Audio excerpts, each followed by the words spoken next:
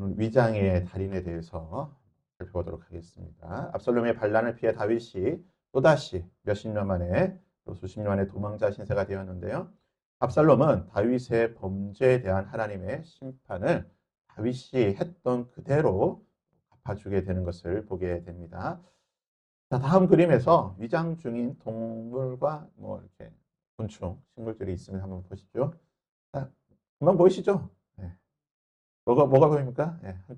왼쪽은 부엉이가 보이고, 오른쪽은 고양이, 사기나 고양 같은 이게 보이죠? 잘 자세히 봐야 보입니다. 뭐든지 위장한 것은 자세히 봐야 되는데요. 자, 그 다음은 보이시죠? 뭐가 보입니까? 네. 가자미 같은, 광어 같은, 이제 눈만 뾰족 내밀고 바닥에 숨어 있는 게 보입니다. 조금 난이도가 올라갑니다. 자, 보이시죠? 이것도 대충, 얼핏 보면 잘 보이겠죠? 근데 실제로 보면 잘 구분이 안 될 거예요. 이걸 자세히 보니까 이렇게 보이는 거죠. 뭡니까? 나방 같은 벌레가 나뭇잎으로 위장해서 가운데 있는 것이 나뭇잎으로 위장한 나방의 모습입니다. 자, 다음. 바닷속에서도 있죠. 보이십니까? 산호 사이에 뭐가 보이죠? 해마가 딱 있습니다. 못 찾으신 분들은 시력이 안 좋은 거예요. 시력이 안 좋은 거 생각하면 어디에 있습니까? 딱 정확하게 있죠, 중간에. 해마가 있고. 자, 오른편에도 보이죠? 물고기, 쏨뱅이 같은 물고기가 보입니다. 지느러미가 보이고, 이렇게 해서 물고기가 숨어 있는 게 보이죠? 자, 이것도 보이시죠? 뭐가 보입니까? 새가, 왼편은 새죠, 새.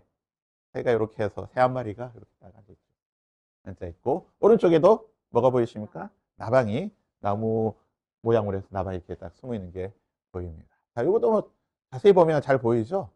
중간에 있으니까 거미가. 근데 실제로 보면 잘 안 보일 거예요. 우리가 이렇게 사진으로 보니까 우리가 보이는 거지. 이것도 마찬가지죠. 뭐가 보이시죠? 세 마리의 새가 각각 이렇게 숨어 있는 게 보이시죠? 한 마리씩 다 새가 마치 나무인 것처럼 딱 이렇게 해서 세 마리의 새가 이렇게 숨어 있습니다. 자, 요거 보시면, 보시죠. 얼핏 보지는 몰랐지만 소리가 나니까 얘네들이 다시 한번 보실래요? 자, 이렇게 한순간에 그냥 숨어있던 산양들이 이렇게 나오는 게 있는 거예요. 얼마나 위장을 잘하고 있습니까? 우리가 위장한 거는 잘 찾아봐야 되는데, 아무리 잘 숨기려고 해도, 자, 이것은, 우리가 이것은 절대로 어떻게 됩니까? 특히 일본에 가서 이런 모습을 보면 어떻게 돼요? 봐도 못 본 척 해야 됩니다. 곰이 이렇게 했으니까, 정말, 나무군 하고 그냥 가야지. 곰 이렇게 하면은 바로 큰일 나는 거예요. 위장에 달인이 있습니다. 곰은 자기가 위장 숨겼다고 하지만 티가 나는 거죠. 오늘 말씀해 보면 위장의 달인들이 나옵니다. 자신의 본심을 숨기고 악한 일을 도모하는 사람들이 나오게 되는데요. 악한 사람도 있고 또 선한 사람이 등장하지만 이들이 어떻게 위장을 하고 있는지를 한번 살펴보도록 하겠습니다. 자, 1번 무비보셋의 종 시바가 다윗에게 음식물을 가지고 오게 되는데요. 그 음식물들을 도망가고 있는 다윗에게 무비보셋의 종 시바가 음식물을 가지고 온 이유가 무엇입니까? 2절과 3절에 보시면 왕이 시바에게 이르되 내가 무슨 뜻으로 이것을 가져오느냐? 내가 이런 음식물들을 가져온 이유가 뭐냐? 이르되 나귀 2마리는 왕의 가족들이 타게 하시고 떡과 과일은 청년들이 먹게 하고 포도주는 들에서 피곤한 자에게 마시게 하려 함이라. 왕이 이르되 네 주인의 아들이 어디 있느냐? 이게 무비보셋이 어디 있느냐? 그러니까 시바가 뭐라 말합니까? 예루살렘에 있는데 그가 말하기를 이스라엘 족속이 오늘 내 아버지의 나라를 내게 돌리리라. 이제 뒤에 보면 다시 다윗이 다시 돌아왔을 때 무비보셋이 다윗을 환영하면서 다시 맞이할 때에 정확한 이게 사건의 내막이 나오긴 하지만 지금 이제 시바가 무비보셋 몰래 지금 이 음식물들을 챙겨와서 다윗을 섬기는 이유가 무엇입니까? 바로 무비보셋을 모함하기 위해서. 자신의 주인이었던 무비보셋을 모함해서 그의 재산을 다시 가로채려고 하는 이 아주 위장, 속이기 위해서 이 일을 하게 된 것입니다. 자, 오늘 본문 1절에 보시면 이제 우리가 지난주에 살펴보았지만 다윗이 여호와를 경배하는 마루턱이라고 하는 언덕을 지나게 됩니다. 우리가 지난주에 봤지만 이 여호와를 경배하는 마루턱은 이 예루살렘 맞은편에 있는 산인 감난산입니다. 감난산 정상 그 어느 부근에서 다윗이 지나가고 있을 때죠. 그래서 우리가 지난주에 보았듯이 감난산에는 세 가지의 높은 봉우리가 있습니다. 북쪽, 중앙, 남쪽 봉우리가 이렇게 세 군데가 있는데 아마 또 뭐 중앙 봉우리 쪽으로 지나가지 않았을까라고 뭐 추측을 하고 있습니다. 왜냐하면 다윗이 거의 예수님의 예표적인 삶을 살았기 때문에 아마 중앙 봉우리 쪽으로 지나가지 않았을까라는 생각을 하게 되죠. 그래서 예루살렘에 가시면 기드론 시내 건너편에 이렇게 감난산이 있고 다윗이 이 경배하는 마루터 감난산을 울면서 이렇게 가게 됩니다. 자, 갈 때에 시바가 무엇을 가지고 오게 됩니까? 보면 낙이 두 마리에 떡 200개, 건포도 100송이, 여름 과일이라고 표현되어 있는 것은 아마 무화과나 대추 야자. 이 둘 중에 뭐 아마 두 개 다일 수도 있고 이 둘 중에 하나일 수도 있는데 이것을 이제 말린 거예요. 말려서 지난번에 보았지만 이게 주먹 크기로 뭉쳐 놓은 겁니다. 주먹 크기로 뭉쳐 놓은 거 요거 200개. 그리고 포도주 한 가죽 부대를 가지고 왔습니다. 요것을 이제 구약 학자들이 오늘날 이제 환산을 해보니까 그러니까 성인 남성이 평범하게 이제 여기 떡이라고 하는 것은 피타 브레드 그렇죠?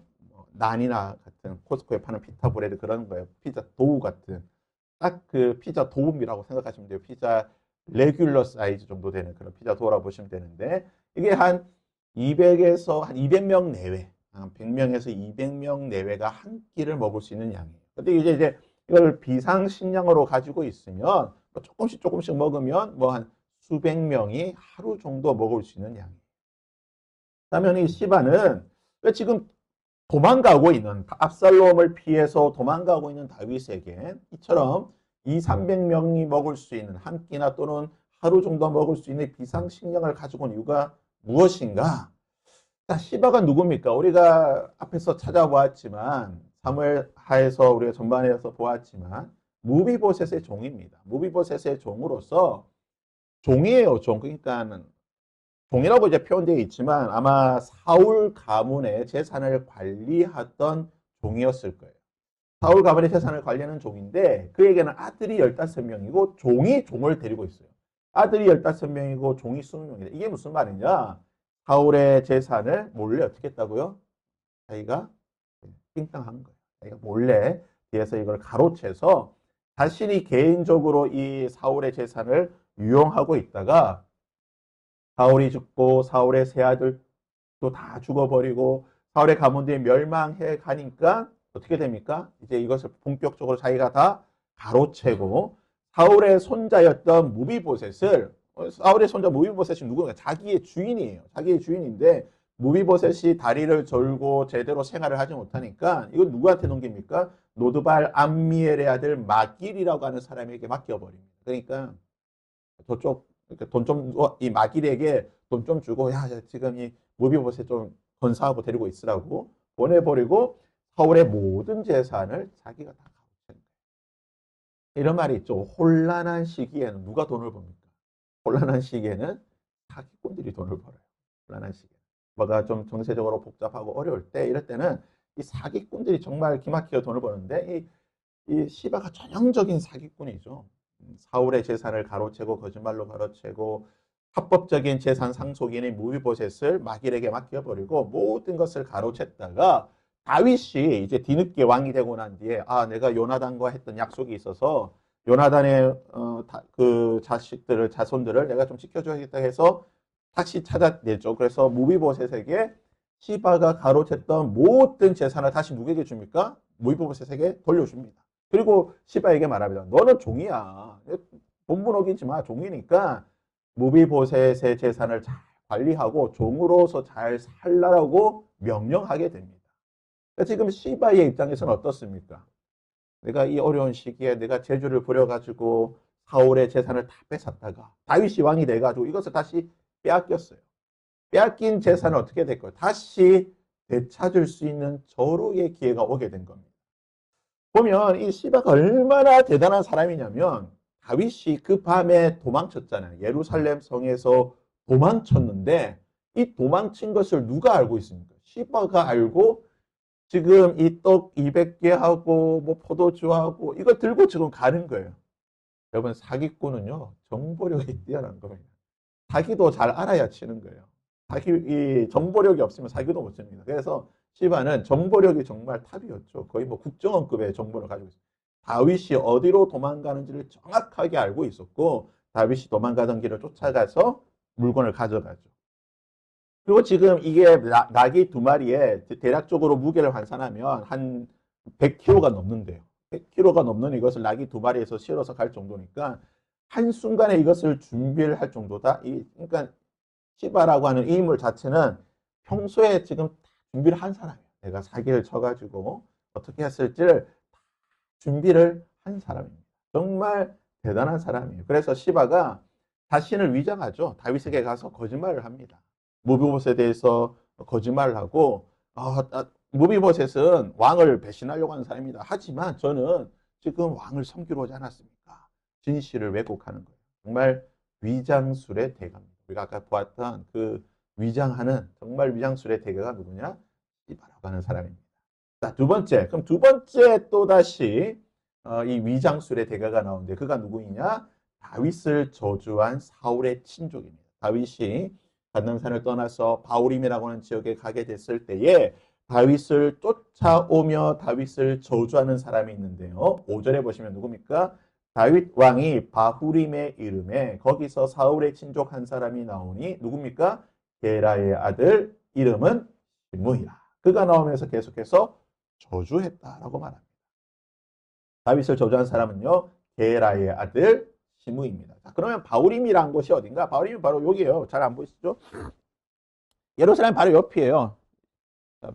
정확한 위치는 알 수는 없지만 대략적으로 아마 이 지역이지 않을까. 그래서 좀 더 확대하면 예루살렘이고 바로 옆입니다. 옆이죠. 그래서 쉽게 생각하면 뭐 여기서 안양 거리 정도, 안양 거리 정도 되는 광명에서 안양같이 바로 옆 동네라고 보시면 돼요. 그래서 다윗이 감난산을 지나서 통과해서 이제 바후림으로 해가지고 쭉 어디로 갑니까? 요단강을 건너서 마하나임까지 가게 되는 이 도피 여정의 초반기에 지나가는 곳입니다.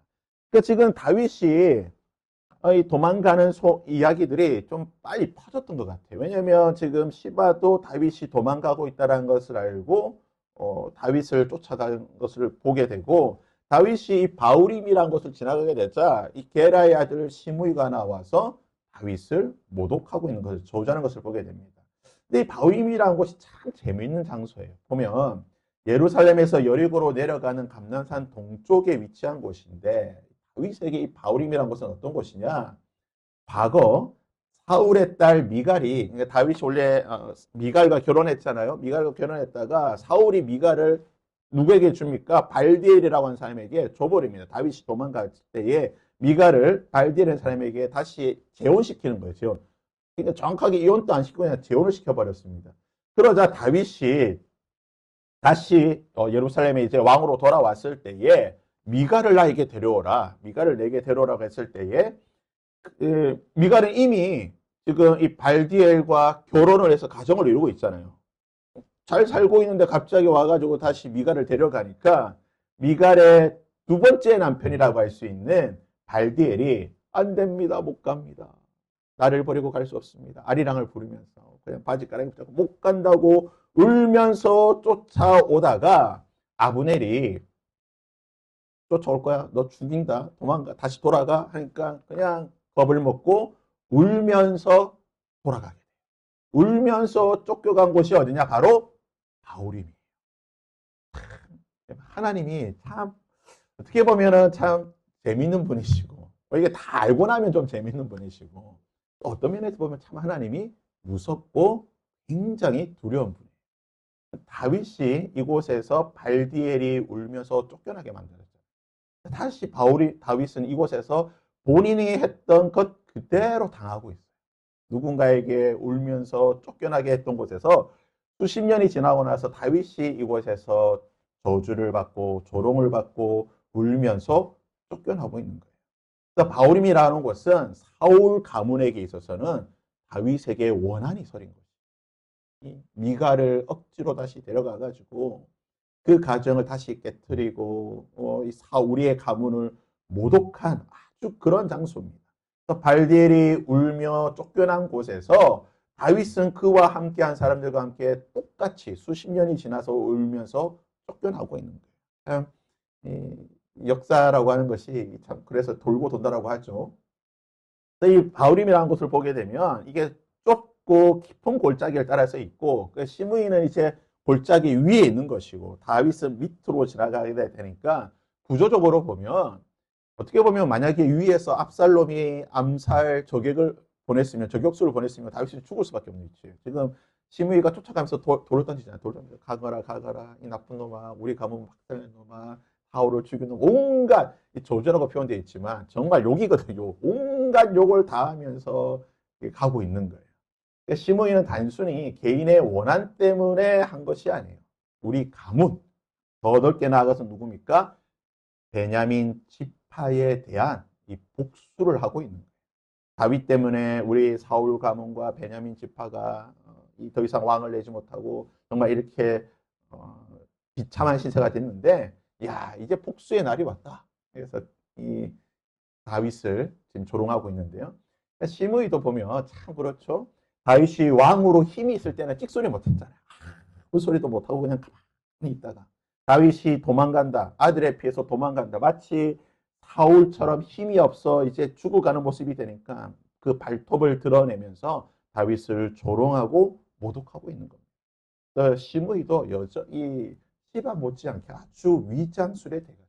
발톱을 숨기고 있다가 다윗이 약해지니까 조롱하는 것을 보게 됩니다.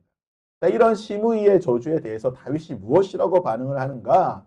11절, 12절에 보시면 또 다윗이 아비새와 모든 신하에게 이르되 내 몸에서 난 아들도 내 생명을 해하려 하거든 하물며 이 베냐민 사람이 여호와께서 그에게 명령하신 것이니 그가 저주하게 버려두라. 혹시 여호와께서 나의 온통함을 감찰하시니 오늘 그 저주 때문에 여호와께서 손으로 내게 갚아주시리라.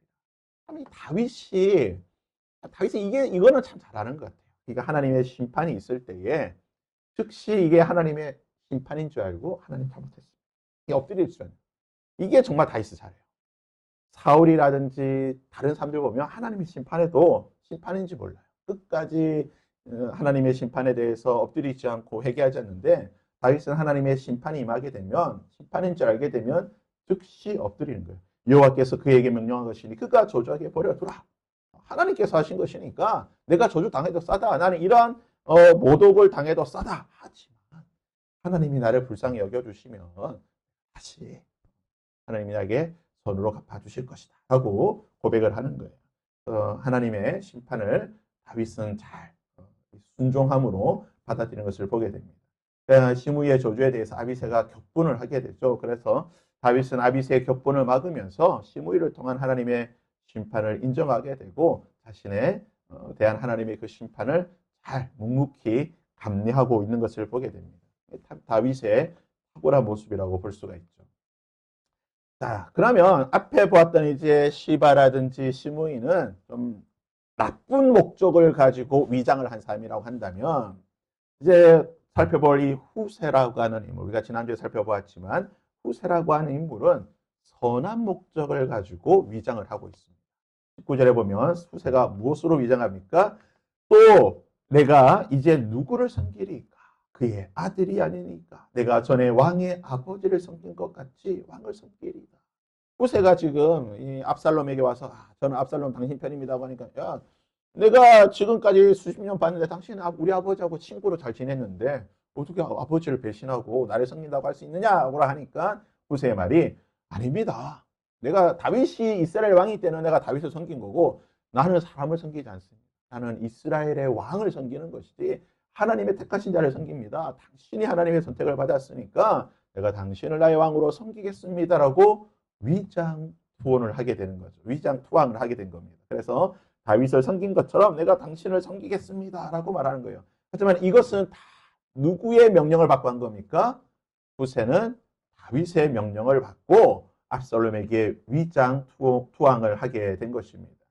그러니까 하나님께서 이 과정을 통해서 압살롬과 신하들의 마음을 움직이시고 이후에 있을 아히도벨의 계략을 다윗을 멸하려고 하는 아히도벨의 계략을 무효화시키기 위해서 하나님께서 이렇게 하나씩 하나씩 준비해 가는 것을 볼 수가 있습니다. 자, 마지막 5번째 보시면 아히도벨이 압살롬에게 조언을 하게 됩니다. 압살롬이 물어보죠. 이제 무혈 입성을 하고 예루살렘에 입성해서 아히도벨에게 내가 이제 이스라엘의 왕이 되었는데 내가 가장 먼저 해야 될 것이 무엇이냐? 내가 왕으로서 무엇을 해야 되겠느냐? 나에게 한번 이야기해보라 라고 하니까 아히도벨이 무엇이라고 조언을 하게 됩니까? 아히도벨이 압살롬에게 이르되 왕의 아버지가 남겨두 왕궁을 지키게 한 후궁들과 더불어 동침하소서. 그리하면 왕께서 왕의 아버지가 미워하는 바됨을 온 이스라엘이 들으니 왕과 함께 있는 모든 사람의 힘이 더욱 강하여지리이다. 뭐라고 말합니까? 후궁들과 동침하소서. 그러니까 이게 보면 오늘날 우리 관점에서 보면요. 현대 우리의 시각에서 보면 뭡니까? 패륜이죠. 완전 패륜합니다. 이런 패륜도 없어요. 아버지의 첩을 취하라고 하는 정말 현대적 관점에서 보면 패륜인데 우리가 성경을 볼 때 항상 염두에 둬야 될 게 있습니다. 오늘의 시각에서 성경을 봐서는 안 돼요. 여러분 성경을 해석하는 기본 원칙 중에 하나는 뭐냐면 오늘 우리의 시각으로서 성경을 보는 거는 2차 적용, 2차 해석이에요. 1차 적용, 1차 해석은 그 당시의 시선과 그 당시의 관점과 그 당시 사람들의 입장에서 성경을 봐야 돼요. 그러니까 그들이 이 성경 본문을 보았을 때에 어떻게 받아들이는가를 우리가 먼저 살펴봐야 되는 거예요. 그러니까 이 당시 고대의 관점에서 고대 이스라엘, 이스라엘뿐만 아니라 고대 근동 가나안, 메소포타미아 이런 지역에서는 애굽도 마찬가지고 이 당시에 이것은 보편적인 관점. 선왕의 아내들을 후궁들을 내가 취한다. 선왕의 후궁들을 취한다라고 하는 것은 고대의 관점에서 뭐냐면 내가 이 나라 이제 지배자라는 거예요. 내가 새로운 통치자라는 거예요. 내가 새로운 왕이에요. 이것은 우리가 오늘날 관점에서 패륜이다, 성적인 일탈이다라고 볼 게 아니라 그 당시의 보편적인 문화 속에서 이것은 하나의 통치 행위예요. 내가 왕으로서 할 수 있는 지극히 당연한 일이에요. 아니, 당연히 해야 되는 일이에요. 내가 이것을 함으로써 내가 왕이다. 이제 우리 아버지 왕 아니야. 우리 아버지 아무 힘 없어. 힘이 없으니까 자신의 아내도 못 지키잖아. 내가 왕이야. 내가 왕이라고 하는 것을 보여주는 행위입니다. 이것을 보게 되면 다윗이 죽고 난 뒤에 다윗의 세 번째 아들이었던 아도니아가 뭐라 말합니까? 솔로몬에 가서 바세바에 가서 아비삭을 달라 그러잖아요. 이게 그냥 달라고 하는 게 아니에요. 아비삭이 예뻐서 달라는 게 아니에요. 물론 아비삭이 예뻤죠. 온 이스라엘 가운데서 심히 아름다웠던 여인이 아비삭이에요. 아비삭이 예뻐서 달라는 것도 있지만 바로 이러한 어떤 그 당시 문화, 정치 관점이 있기 때문에 달라고 합니다. 우리가 항상 성경을 보고 해석하지, 특별히 구약의 사건도 마찬가지고 예수님 당시의 사건도 마찬가지고 오늘의 관점으로 보면 안 돼요. 일단은 근데 이게 우리가 흔히 좀 뭐라고 할까요? 하는 실수예요. 왜냐면 당연히 우리의 관점으로서 성경을 보는 거예요. 우리의 시각에서 성경을 보기 때문에 좀 이해가 안 되고 왜 이래 하는 것들이 나올 수밖에 없어요. 그럴 때는 잠시 우리의 안경을 벗고 그 당시의 안경을 쓰고 보면 됩니다. 이제 고대 고고학이라든지 또는 역사를 공부하고 이해할 때에 아주 중요한 방법 중에 하나인데 바로 이 문화도 우리가 그래서 너무 이거 있을 수 없는 일 아니야? 지금은 그래요. 하지만 이 당시는 이게 보편적인 문화다. 그리고 나오듯이 구약에 또 우리가 이해할 수 없는 게 형수치수 제도죠. 형의 아내가 아들이 없이 죽으면 그 형의 동생이 형수를 아내로 취해서 결혼해서 자식을 낳아야 됩니다.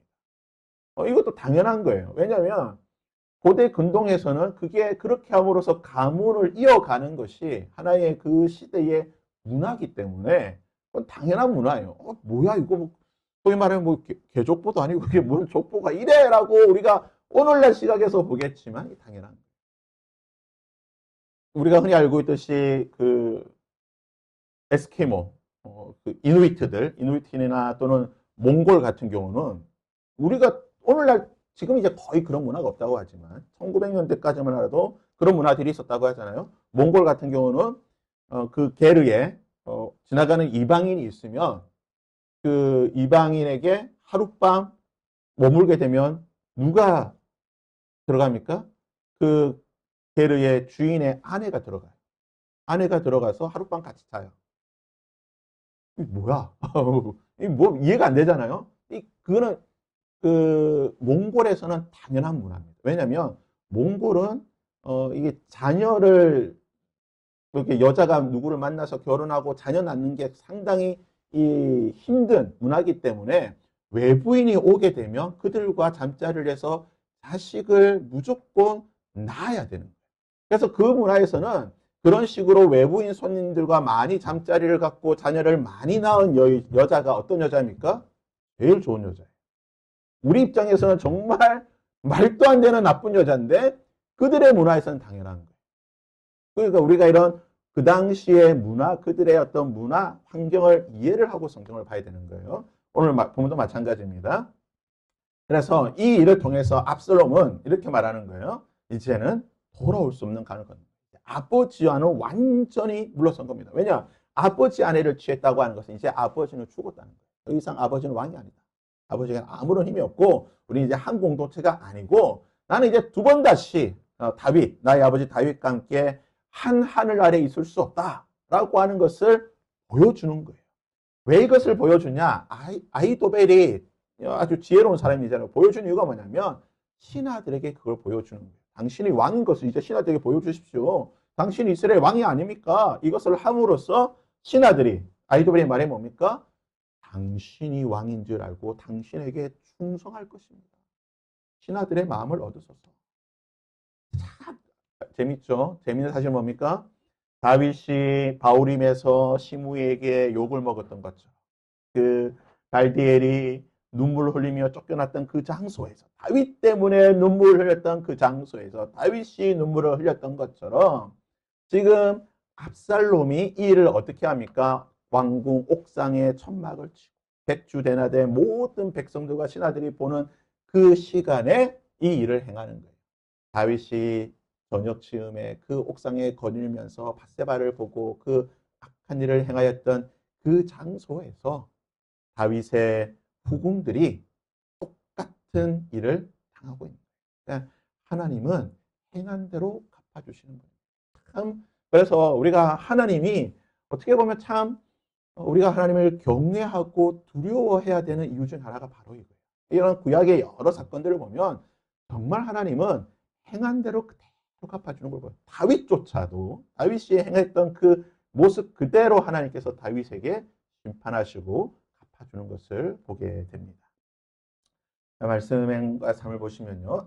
아무리 위장해도 여러분 숨길 수 없습니다. 우리 아까 사진에서 보았지만 위장을 아무리 잘해도요. 결국은 뭡니까? 드러나게 되어 있습니다.